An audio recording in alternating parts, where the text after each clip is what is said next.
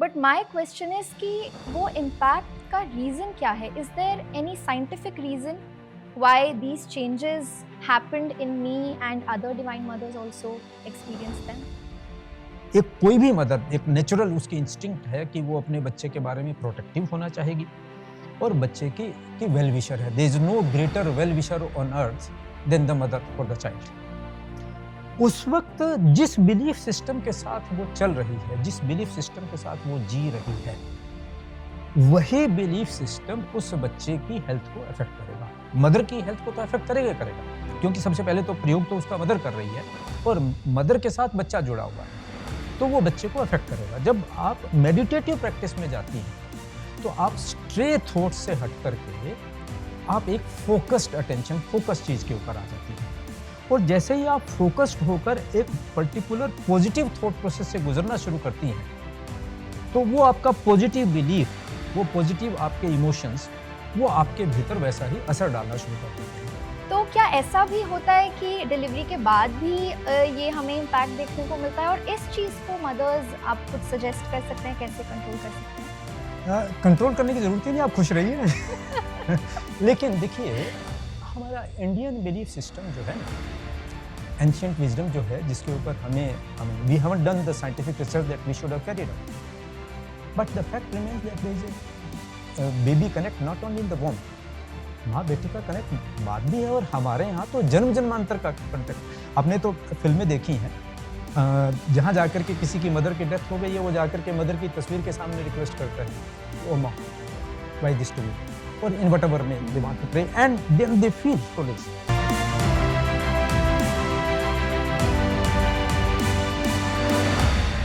नमस्कार, आपका स्वागत है हमारे आज के वीडियो में।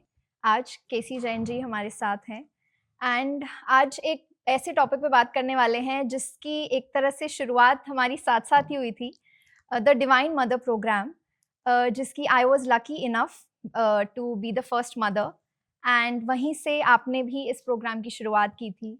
उसके बाद कई सारी मदर्स को इससे बहुत बेनिफिट हुआ। आज इसी पे चर्चा करते हैं।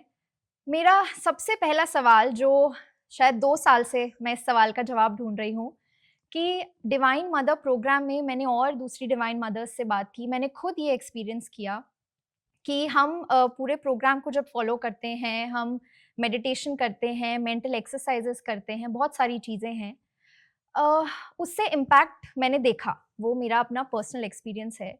बट माई क्वेश्चन इज कि वो इम्पैक्ट का रीज़न क्या है? Is there any scientific reason why these changes happened in me and other divine mothers also experience them?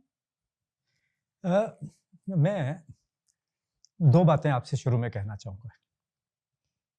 पहली बात, आपने अभी कहा कि आपने भी उसको एक्सपीरियंस किया। नेचर में एक्सेप्शंस नहीं होते हैं, there are no exceptions. Exception word dictionary में है, लेकिन एक्सेप्शन नेचर में नहीं है।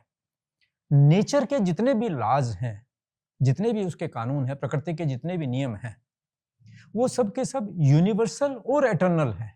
वो कल भी सही था, आज भी सही है, कल भी सही होगा, और वो सब जगह सही होता है। तो यदि आपने एक्सपीरियंस किया एक पर्टिकुलर स्टेज के ऊपर, तो वो एक्सेप्शन नहीं था, वो आपका एक्सपीरियंस था। और वैसी सर्कमस्टांसेस रिपीट होंगी, वैसी चीजें रिपीट होंगी, तो दूसरा भी एक्सपीरियंस करेगा। और आप पहली मदर तो थी, लेकिन जर्नी वहां से शुरू हुई है। उसके बाद तो एक लंबी श्रृंखला है, लंबी कहानी है, जहां उन मदर्स ने उसको एक्सपीरियंस किया। और आपका प्रश्न यही है कि आपने एक्सपीरियंस किया, अच्छा तो लगा, लेकिन हुआ कैसे, हो कैसे गया? देखिए, एक बहुत लंबा समय गुजरा है जहां हम साइंस को डाइसेक्ट करके देख रहे हैं मैटर के रूप में। उसमें से हमने लगभग इमोशंस और बिलीफ को निकाल दिया। हमारे बिलीफ सिस्टम का हमारे हार्मोन्स पर क्या इफेक्ट होता है, हमारे बिलीफ सिस्टम का हमारी साइकी पर क्या इफेक्ट होता है, हमारे बिलीफ सिस्टम का हमारे जीन्स पर क्या इफेक्ट होता है।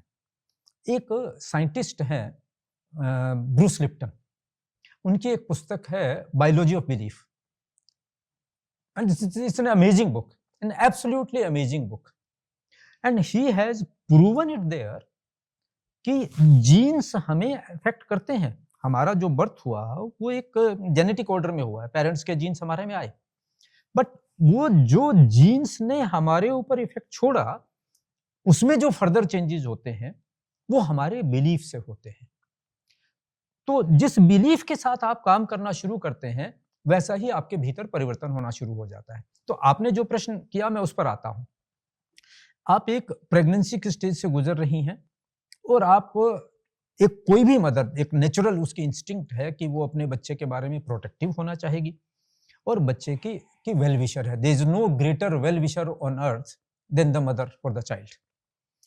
उस वक्त जिस बिलीफ सिस्टम के साथ वो चल रही है, जिस बिलीफ सिस्टम के साथ वो जी रही है, वही बिलीफ सिस्टम उस बच्चे की हेल्थ को अफेक्ट करेगा। मदर की हेल्थ को तो अफेक्ट करेगा करेगा, क्योंकि सबसे पहले तो प्रयोग तो उसका मदर कर रही है और मदर के साथ बच्चा जुड़ा हुआ है, तो वो बच्चे को अफेक्ट करेगा। जब आप मेडिटेटिव प्रैक्टिस में जाती हैं तो आप स्ट्रे थॉट से हट करके आप एक फोकस्ड अटेंशन, फोकस चीज के ऊपर आ जाती है।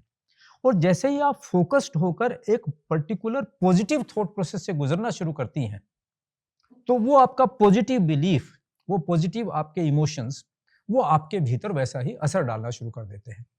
और इसको, it's not a rocket science. एक आप, ये तो साइंटिफिकली अब प्रूवन चीज है कि आप किसी का एक हार्मोनल टेस्ट कर लीजिए।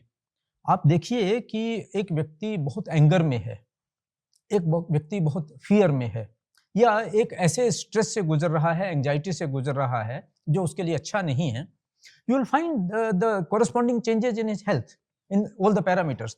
And similarly, conversely, अगर वो पॉजिटिव प्रोसेस से गुजर रहा है तो उसमें भी वैसे ही चेंजेस आएंगे। तो हमारा काम क्या है? हम ये जानते हैं कि मदरहुड का जो पीरियड है, it can be a period of anxiety, it can be a period of fear. Fear इसलिए कि वो मदर को एंजाइटी है कि मेरे बच्चे की सुरक्षा सबसे बड़ी, उसके लिए उस वक्त जीवन में उससे बड़ी कोई चीज नहीं है कि मेरा बच्चा प्रोटेक्टेड रहे, मेरे बच्चे की ग्रोथ अच्छी हो। सारी उसकी दुनिया, the whole world revolves around this. तो हमारा काम है कि आपके भीतर एक एज ए डिवाइन मदर इस बिलीफ को इंस्टिल करना कि आप पॉजिटिव थॉट्स के प्रोसेस से गुजरे, और केवल पॉजिटिव थॉट्स के प्रोसेस से नहीं गुजरे, हम आपको उसकी पॉजिटिविटी की एक डायरेक्शन दें इन ए गाइडेड मैनर। तो उस कारण से आपके भीतर वह अंतर आता है। तो इसकी साइंस बहुत सिंपल है, रॉकेट साइंस नहीं है। हाँ, अच्छा किया कि आप अपने मन से अब डाउट्स को निकाल ले रही हैं। पर जैसे मैं हाल ही में मैंने कुछ मदर्स से इंटरैक्ट किया, तो उनका कई मदर्स ऐसे थे जिनको डॉक्टर्स ने बोल दिया था कि उनका सी सेक्शन ही हो सकता है, कई तरह की कॉम्प्लिकेशंस हैं, but they ended up having normal delivery. तो कैसे हम मेडिटेशन कर रहे हैं, या हम ये जो हम कनेक्शन बच्चे से फील करते हैं इस प्रोसेस में, वो मोस्टली मेंटल है, इमोशनल है, बट वो हमारी बॉडी में चेंजेस कैसे आ रहे हैं कि मदर्स की नॉर्मल डिलीवरी, मतलब इतना बड़ा इम्पैक्ट इस प्रोसेस का कैसे ये हो रहा आप है? ठीक कह रही हैं, और हमारे पास एक नहीं, बहुत केसेज हैं, और केसेज भी ऐसे हैं कि वो बड़े कॉम्प्लेक्स केसेस थे। एक मदर का केस तो हमारे सामने ऐसा आया कि उनकी जो है वो वाटर लीकेज हो गया था और हॉस्पिटलाइज करना पड़ा। डॉक्टर ने वेट किया और फिर कहा कि आपका तो अब सिजेरियन करना पड़ेगा। ये मदर का एक्सपीरियंस हम बता रहे हैं, और वो मदर कह रही है अपने बेबी से कि बेबी प्लीज बाहर आ जाओ, एंड मम्मी की बात को रखना, और मुझे सी सेक्शन नहीं चाहिए, मुझे नॉर्मल डिलीवरी चाहिए। लो एंड बीहोल्ड 15 मिनट 20 मिनट थोड़ी देर के बाद उसकी नॉर्मल डिलीवरी हो गई। दूसरा केस भी है, तीसरा केस भी है, चौथा केस भी है कि जहां वो बेबी से बात कर रही है और बेबी से कह रही है कि you please come out, you please help the मामा, you please take care of the मामा, और वो उसकी नॉर्मल डिलीवरी हो जा रही है, जबकि डॉक्टर ने तैयारी कर रखी है सिजेरियन की। आप कहने को कह सकते हैं हमारे पास कोई इसका कोई साइंटिफिक प्रूफ आप हमसे मांगे तो हमारे पास नहीं है, लेकिन जो रिपीटेटिव एनेक्डोट्स हो रहे हैं, एक के बाद एक हो रहे हैं, उस प्रोसेस से गुजर रहे हैं, तो हम कह रहे हैं उसका कनेक्शन है। अब सवाल ये आपका, तो ये प्रश्न ये था कि ये हो कैसे रहा है, आपके सिस्टम से कैसे होगा। देखिए, आप इस बात को समझिए कि डिलीवरी का जो फिजियोलॉजिकल प्रोसेस है, उसमें मसल्स का, नर्व्स का कॉन्ट्रैक्शन और एक्सपेंशन है।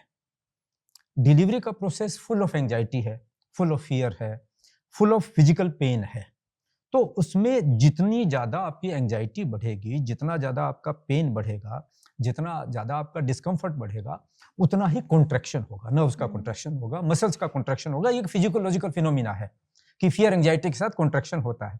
तो कॉन्ट्रैक्शन होगा तो डिलीवरी में उतना ही कष्ट होगा। और जितना आपका कॉन्फिडेंस बढ़ेगा, जितना आपका कंफर्ट लेवल बढ़ेगा, और वो बिलीफ से आता है कि आपने मन में सोचा कि मेरा बेबी है, मुझे सपोर्ट कर रहा है, नॉर्मल हो जाएगा। जो अंदर से आपने रिलैक्स्ड महसूस किया, तो आपने मसल्स को रिलैक्स कर दिया, आपने नर्व्स को रिलैक्स कर दिया। और ये प्रैक्टिस करते करते हो जाता है, क्योंकि over a period of time you build up this faith, over a period of time you build up this confidence कि नहीं मेरी नॉर्मल होगी। मैं again I go back to that book biology of belief, कि over a period of time बार बार अगर अपने आप को आपने एक ऑटो सजेशन दिया है, बार बार अपने आप ने एक ये फेथ बिल्डअप किया है कि मेरी नॉर्मल होगी, मेरी नॉर्मल होगी, तो वो फिजियोलॉजिकल लेवल के ऊपर उसमें वो चेंजेस आते हैं और वो नॉर्मल डिलीवरी हो जाती है। इसमें एक दूसरा एस्पेक्ट है और मैं चाह रहा हूं कि उसको भी नोटिस किया जाए। ब्रूस लिप्टन अपनी बायोलॉजी ऑफ बिलीफ में लिखते हैं कि सोमालिया में किसी पेड़ को जब काटना होता है तो लोग पेड़ को नहीं काटते, वो पेड़ के चारों तरफ जाते हैं लोग और उस पेड़ से कहते हैं कि तुम मर जाओ। दे स्टार्ट विशिंग कि तुम पेड़ से कहते हैं कि तुम मर जाओ, वो पेड़ मर जाता है।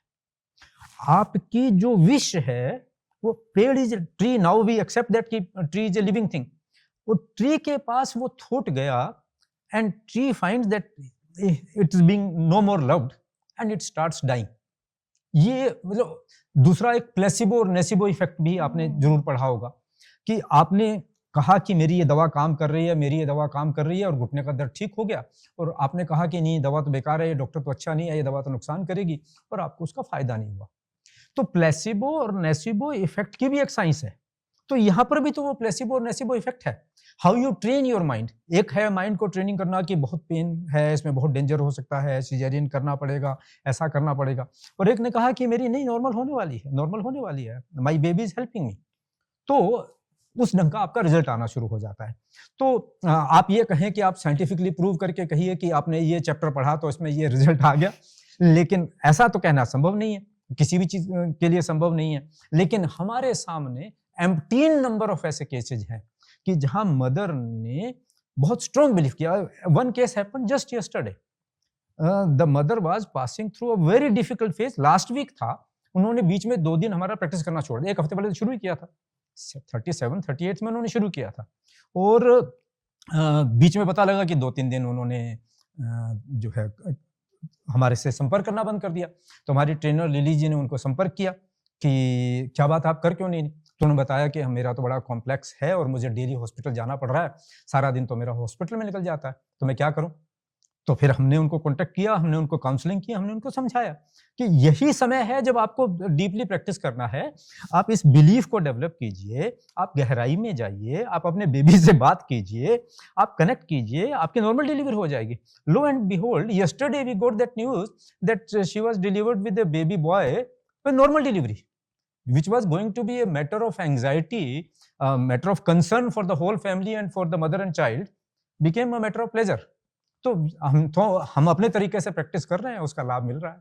And this happened within a week, you with were in saying. Week, within week, because चूंकि उसका लास्ट वीक में कंसर्न बहुत ज्यादा था, तो उसने उसी बिलीफ के साथ, बहुत स्ट्रॉन्ग बिलीफ के साथ प्रैक्टिस भी किया। तो हमने उनको वो दोनों तीनों वीडियोस दिखाए मैडम के, जो उनके मदर्स के एक्सपीरियंसेस थे, उनके साथ शेयर किए, तो उनके अंदर ये बिलीफ आ गया कि yes this can happen, it can work. तो उस बिलीफ के साथ उन्होंने प्रैक्टिस किया, तो बिलीफ के साथ प्रैक्टिस किया तो उनके ऊपर असर आ गया। ऐसा हो सकता है कि आप 6 महीने से प्रैक्टिस कर रहे हो और आप सोच रहे हो कि नहीं नहीं ठीक है, कर तो रहे हैं, सास ने कहा था, मदर ने कहा था, कुछ भी असर नहीं हो, और आपने 3 दिन भी बहुत डीप बिलीफ के साथ किया तो उसने ट्रांसफॉर्मेशन ला दिया, उसका असर हो गया। अब जैसे मदर्स पे तो हमने देखे हैं कई केसेस, बहुत इम्पैक्ट आ रहा है इस प्रोग्राम का। इस दिव्य संतान प्रोग्राम में हम बच्चे के लिए, संतान के लिए वर्च्यूज की बात करते हैं कुछ। तो वो वर्च्यूज, जैसे अगर मैं कर रही हूँ इस चीज़ को, बार बार बोल रही हूँ कि हाँ मेरी संतान ऐसी हो, उसमें ये वर्च्यूज हो, तो क्या वो एक्चुअली मेरे बच्चे तक पहुँचता है? Is it actually reaching the child? Is it actually having a solidified impact on the baby? देखिए, एक बात तो आपको एक्सेप्ट करनी पड़ेगी। अगर वो बात आप एक्सेप्ट कर रहे हैं तो आपको दूसरी बात भी सही हो जाएगी। पहली बात तो ये बताइए कि जो कुछ आप सोच रही हैं, पॉजिटिव या नेगेटिव, जिस थॉट प्रोसेस से आप गुजर रहे हैं, उसका असर बच्चे पर आ रहा है कि नहीं आ रहा। साइंटिफिक एविडेंस है कि जो मदर एंजाइटी से, फियर से या ऐसे डिफिकल्ट पीरियड से गुजरती हैं, उनके बच्चों के केसेस भी बहुत कॉम्प्लेक्स होते हैं। सो मच सो हमारे यहाँ तो जब भी ऐसी मदर्स कभी अपने बच्चों को प्रॉब्लम्स को लेकर के आती हैं तो हम पहला प्रश्न उनसे ये पूछते हैं कि आप ये बताइए कि आपकी प्रेगनेंसी कैसी थी? आपके प्रेगनेंसी में कोई प्रॉब्लम तो नहीं थी? आपका उस वक्त का पीरियड कैसा था? फिजियोलॉजिकल लेवल पर जब भी आप एंजाइटी के पीरियड से गुजरेंगी तो आपके बीच एक कॉन्ट्रैक्शन होगा।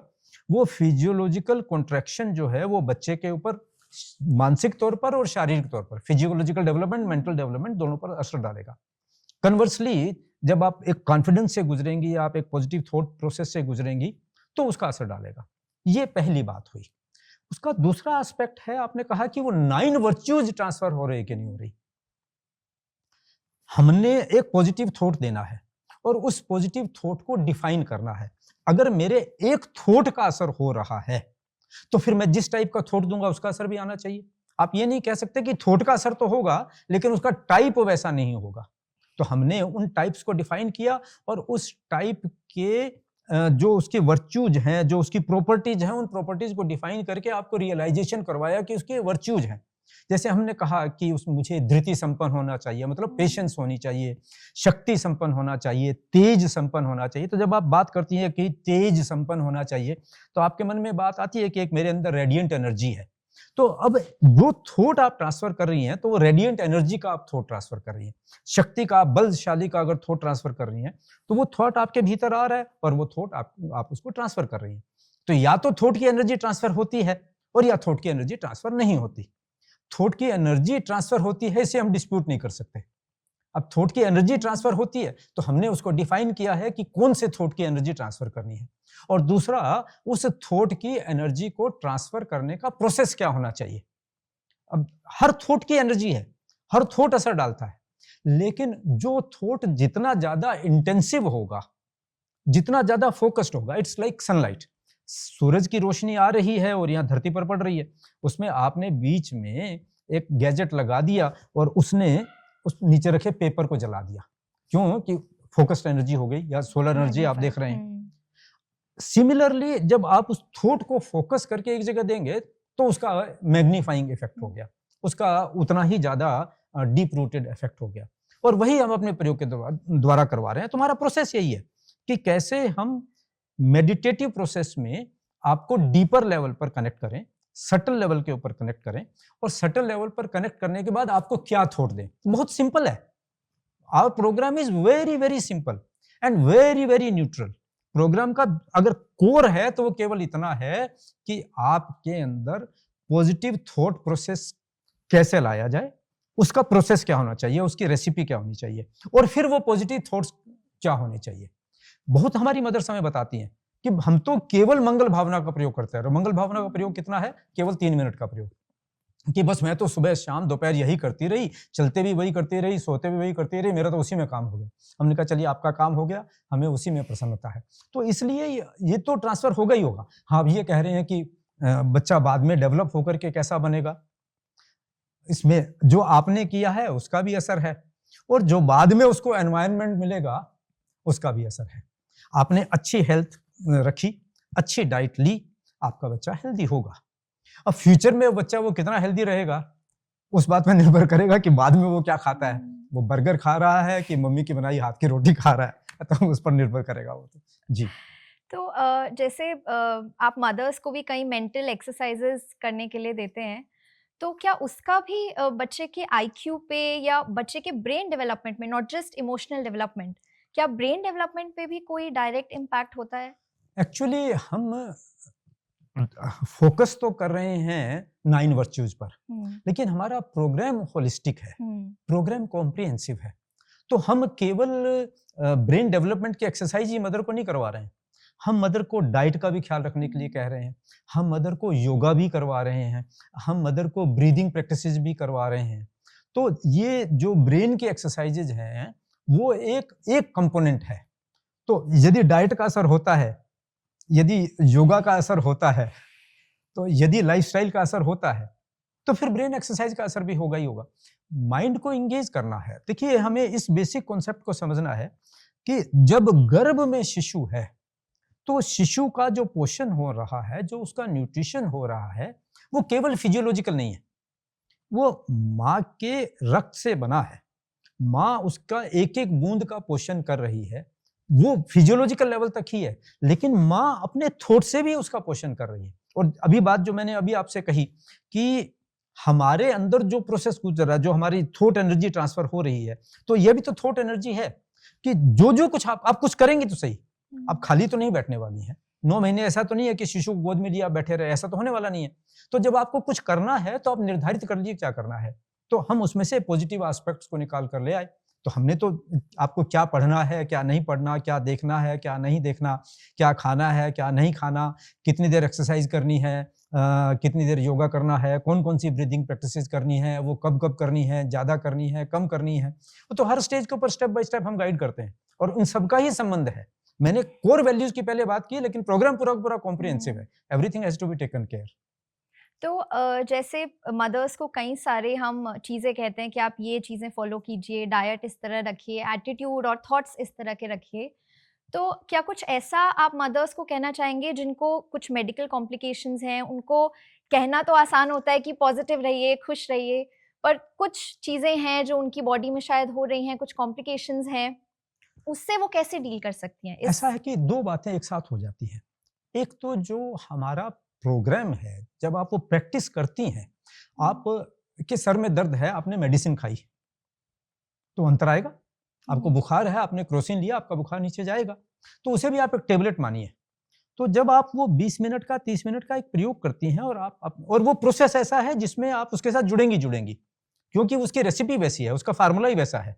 जैसे मेडिसिन का फार्मूला है, वैसे ही ये मेडिसिन का फार्मूला। ज़रूरी थोड़ी है कि हर चीज़ को टैबलेट फॉर्म में लेना है, वो इस फॉर्म में भी तो लिया जा सकता है। तो आपने वो प्रयोग किया, तो आपके भीतर एक परिवर्तन आया, आपने एक महसूस किया और वो जब आपने महसूस करना शुरू किया, तो आपके भीतर वैसा परिवर्तन अपने आप ही आना शुरू हो जाएगा जब आप फ़ील करना शुरू करेंगे। बताने की बात का अपना इम्पोर्टेंस है, लेकिन बताने से ज़्यादा इम्पोर्टेंस है आपका प्रैक्टिस करना, आपका एक्सपीरियंस करना। मैं आपसे कहूँ कि रसगुल्ला बड़ा स्वादिष्ट है, तो हो सकता है एक बार रसगुल्ले का नाम सुन कर के आपको भूख लग जाए, लेकिन उसका आनंद तो आपको खाने में ही आएगा। तो दूसरा क्या होता है कि जब वो उस पीयर ग्रुप में साथ बैठती हैं, एक-दूसरे के एक्सपीरियंसेस को सुनती हैं, एक-दूसरे के बारे में जानती हैं, तो फिर उनको बिलीव हो जाता है, yes, I can do it. और उनको ये भी समझ में आना शुरू हो जाता है कि हाँ, it is a doable thing, it is doable thing. और फिर वही माताएँ हमें बताती हैं कि जब उनको ये बात समझ में आ गई कि देखिए, मुझे पॉज़िटिव रहना है, क्यों पॉज़िटिव? अपने लिए शायद वो माँ पॉज़िटिव न रहे, लेकिन बच्चे के माँ लिए। तो माँ है। जी। तो जब उसको ये समझ में आता है कि मेरे खुश रहने नहीं रहने से मेरे बेबी पर इफेक्ट, अभी शायद नेक्स्ट वीक हम उसको रिलीज करेंगे पॉडकास्ट को। एक मदर के साथ बात हो रही थी, तो she was passing through an very anxious period. तो उनको समझ में आ गया कि देखिए, बहुत सारी बातें हैं, लेकिन मुझे जो है, जब मैं खुश होती हूँ तो बच्चा खुश होता है, जब मैं दुखी होती हूँ तो बच्चा सैड हो जाता है। उनको ये बेबी कनेक्ट के अंदर हमारे प्रोग्राम में उसको ये रियलाइजेशन हो गया।